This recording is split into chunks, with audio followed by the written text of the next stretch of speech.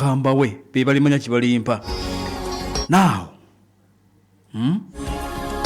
omukulembeze w'eggwanga lino ye General Yoweri Kaguta Museveni okuva munda mu bisenge ebya security si bya politics bino bya security okuva munda mu bisenge ebya security yamaze dda okuba nti ayisa directive eri top security agencies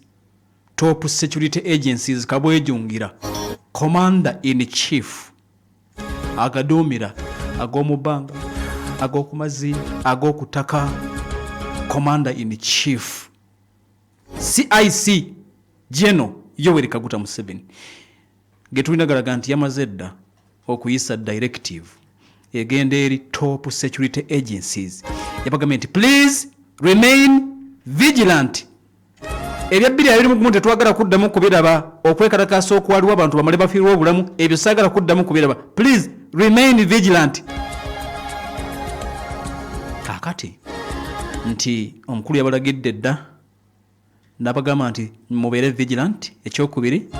mugende maaso n'okuba nti mwetegereza ne sente etabula ebintu bulijjo sente esuula gavumenti sente ekyusa obuyinza kakati tegedde nti era abakulu babagambye dda nti please mugende maaso n'okuba nti mwetegereze ensonga ezeesigika okuva mu security establishment zitegeezezza nti president yabagambye nti waliwo sente zendaba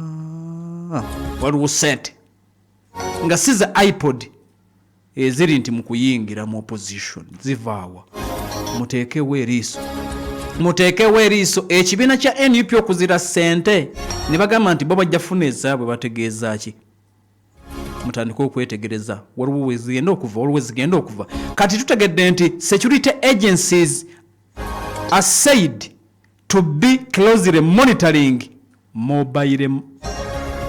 money platforms and banking channels. Oluvannyuma lwa NUP ogamba nti ffe tugenda kusondeza iPod tetuzeetaaga era abantu ne bavayo ne bagamba nti tujja kuwagira NUP without iPod money. Kakati nti security netandika okuba nti yeetegereza mwetegereze nnyo transactions eza mobile money n'ez'omu bank era nti bakanudde amaaso bati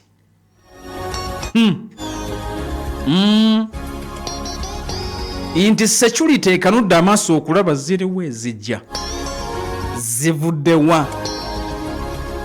eziyita ku simu n'eziyita mu bank NUP esonda kakati tulowooza nti okusonda kwa NUP kwa bulijjo nti gavumenti esobola okutunuulira obutunuulizi tutegedde of course okuva munda mu bisenge bya security nti abakulu tebatudde beetegereza waliwo ne besigenda kubuulira beetegereza balabe buli nusu egenda ku akawunti ez'enjawulo ezisonda ssente z'ekibiina kya NUP ebirala mbireeta olulala enswera eno ebirala kegira ebizaayo kansoke nkutwale kakati mu minzaani ebirala bagira bakola ki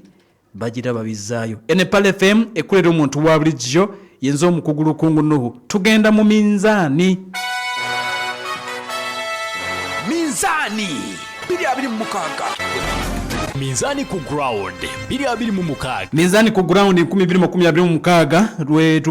tugenda mpigi ne kansuka nkujukiza simu yitibwa Kaguje bagamba nti genda ogifune okuvaliwa nafa bayitibwa ba big time gadget simu 2024 zokka bamaze okuba nti bagikuleetera 2024 ofune simu ya Kaguje GB 2026 omuto gwa GB 2028 kuliko ne RAM 6GB eri anali kumya omuliro okumala ennaku 3 eno gye weetaaga avuga bodaboda ompulidde makaniko ompulidde esimu ekuuma omuliro okumala ennaku 3 atenga smartphone nga zibulungi 2024 gifune okuva mu nafa ba big time gadgets promotion egenda maaso genda ofune simu eyo egwawulwa bwomi okuba ku noti musamu noti emu 1298 noti musambu noti emu 1298 esimu bikabya Samsung byonna babirina Samsung S9 S8 S9 Plus zonna ne zinoti bazirina babayita aba big time gadgets wali ku ikotorio boyambuka ngove wakiseko mukono gwa kono webali awo bagenda kuguza essimu eri ku promotion buli munnayuganda gyetanira akadde kano bagiyita kaguje ku mitwalo 24 zokka okuba ku noti musamu noti emu 12,998 noti musanvu noti emu 12